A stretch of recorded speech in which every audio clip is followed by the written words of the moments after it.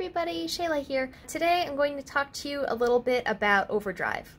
So Overdrive is another one of our downloadable apps that you can download to your smartphone or tablet. It is kind of an alternative to Libby. I talked about it a little bit in my first Libby video, and it can be downloaded on pretty much any device, including the Amazon Fire. Overdrive does pretty much all of the same things that Libby can do. It has the access to the same collection, and it goes by the same rules. So if you, for some reason, decide to download both of the apps, you'll still only have the 3 checkouts at a time, 5 holds at a time limit. You would be using the same account for each, because it essentially has access to the same platform, but it's just like 2 different doors.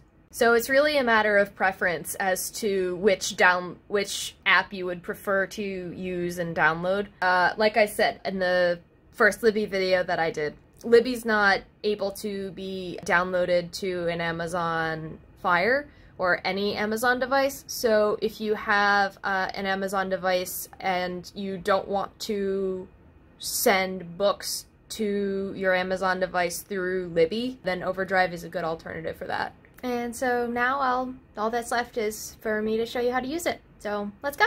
We go to the Play Store. So now we are going to search for Overdrive. And there it is. So then we hit install, and then we're going to open that. I'm just going to tap sign in because we've already set that up, and it's just going to, so we're going to sign in using our library card. So it's going to ask us to put in what library we're from, so we're just going to put in Laconia Public Library. Select your library. Go down to Laconia, and we're going to put our card number in, and we're going to hit sign in. And alright, so here we are at the Overdrive Shelf. So let's see, we don't have any titles here, so we're just going to hit add a title, search Laconia. So now we're going to hit sign in again, and don't worry, this is only going to happen once. The next time you open up the Overdrive app, you're not going to have to do this all again. Here we are back at the New Hampshire State Library, New Hampshire Downloadable Books Consortium website. So this is the same website that you can access through the Libby app, which is a video that I've done previously, and I went over how to navigate it pretty extensively over there. So I won't go into too much detail here, but I'm just going to search for and download something so that you can see how the Overdrive Shelf works. So I'm just going to download Harry Potter. I'm going to borrow the ebook. You hit the borrow button. You can choose whether to borrow it for 14 days or 7, just like in Libby. So I'm just going to hit borrow, and now we have it. So I'm going to download it, and now it's been added to my bookshelf. So I'm just going to go back to bookshelf, and there it is. So now in order to access it, I'm just going to tap on it, and now here's the e-reader. Flip the pages by swiping. If you tap it, it'll show you what page you're on, how far you are to finishing the end. Here in the details area, you've got all of the chapters, and you can skip right to certain ones.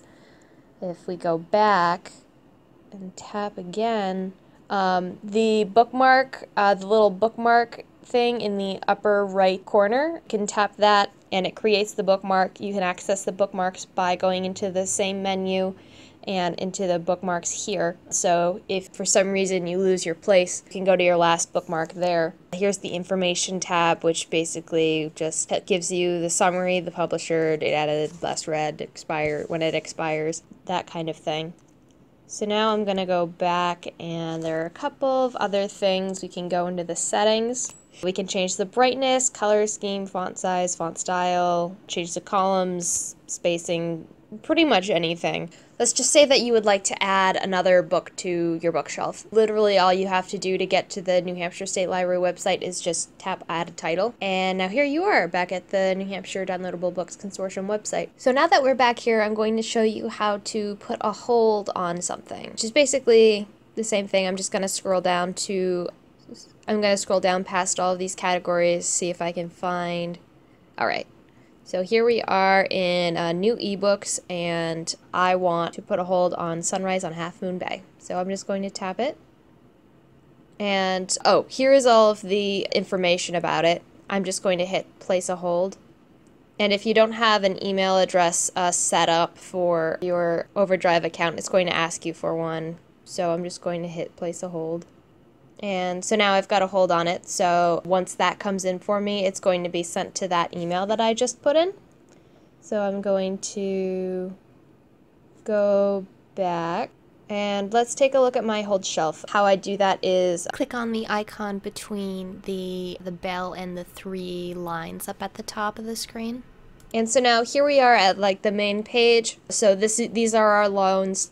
Holds are going to be right next to loans. There's the hold. I can edit the email address to send the notification to. I can suspend the hold, which is basically I can have it wait to be ready until I'm ready for it.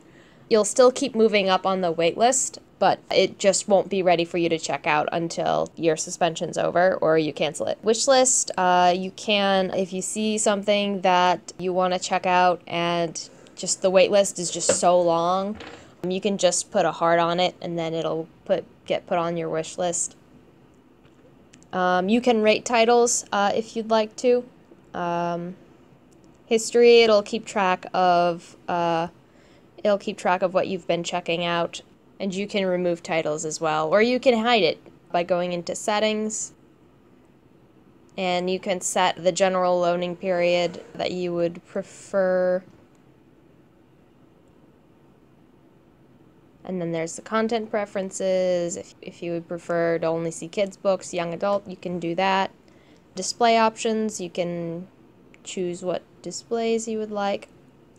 And so if you wanted to stop it from saving your history, you would just have to uncheck the history box and then just hit hide.